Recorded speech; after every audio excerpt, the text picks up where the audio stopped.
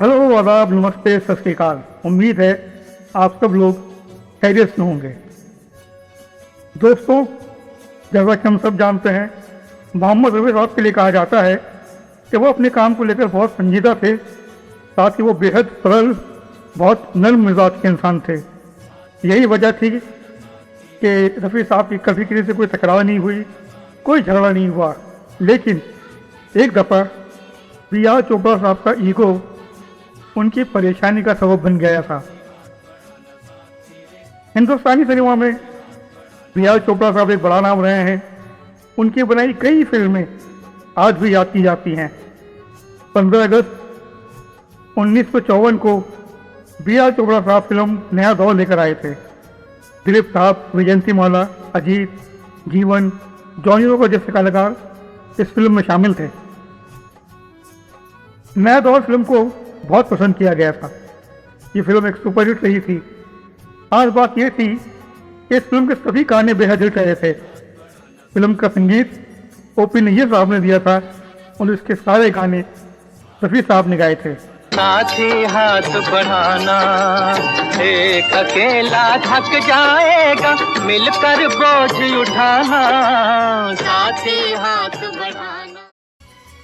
B R. Chopra साहब की फिल्मों का कामयाब होना इंडियन सिनेमा को आगे बढ़ा रहा था, लेकिन साथ ही कहीं ना कहीं बी.आर. चोपड़ा साहब में घमंड आता जा रहा था।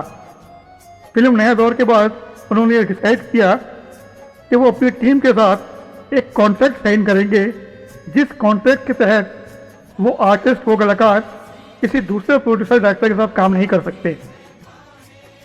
कॉन्ट्रैक्ट की पेशकश लेकर बी.आर. चोपड़ा साहब रफ़ी साहब के पास गए, लेकिन रफ़ी साहब सीधे साधे इंसान, उनको एक कॉन्ट्रैक्ट वाली बात समझ में नहीं आई।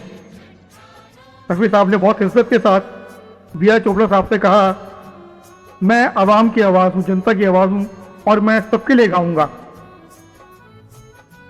रफ़ी साहब ने अपनी बात बहुत नरमाई से, बहुत नाजुकी से और बहुत इज्जत के साथ रखी थी, लेकिन बी.आर. चोपड़ा साहब को ये बात रखल गई।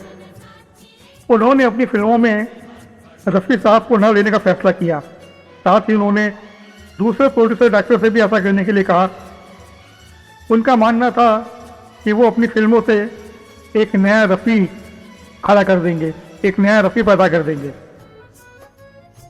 चोपड़ा साहब के कहने के मुताबिक कई प्रोड्यूसर डायरेक्टर ने रफ़ी साहब को काम नहीं दिया, लेकिन इस दौरान रफ़ी साहब खामोश रहे, तो उन्होंने बिल्कुल रिएक्ट नहीं किया।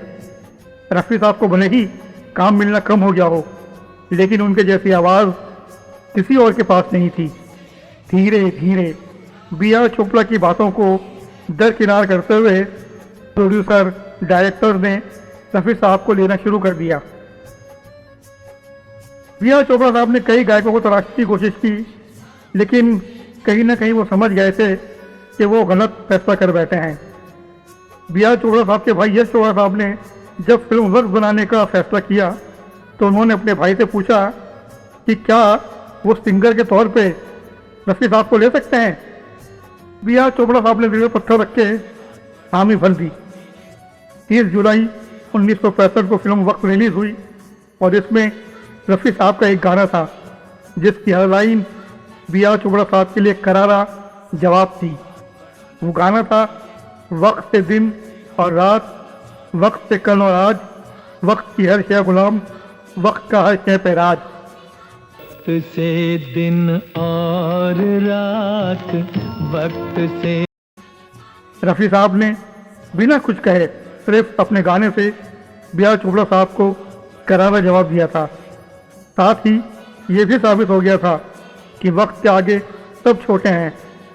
ना अच्छा वक्त रुकता है, ना बुरा वक्त। वक्त कैसा भी हो, गुजर जाता है। दोस्तों, उम्मीद है आपको ये किस्सा, ये वीडियो पसंद आया होगा। अगर पसंद आया है तो चैनल को सब्सक्राइब करें, बेल आइकन ज़रूर दबाएं, ताकि आइंदा भी आपको आपकी पसंद की वीडियोस मिलती रहें। हमारी कोशिश होती है आप तक के अनकही, अनसुनी बातें पहुंचाने की। फिर मुलाकात होगी अगले वीडियो में किसी दिलचस्प किस्से, कहानी, बिहाइंड द सीन एनेक्डोट या म्यूजिकल स्टोरी के साथ। हर सीन के पीछे एक किस्सा है, हर गीत के पीछे एक कहानी है। Thanks for watching, take care, see you soon.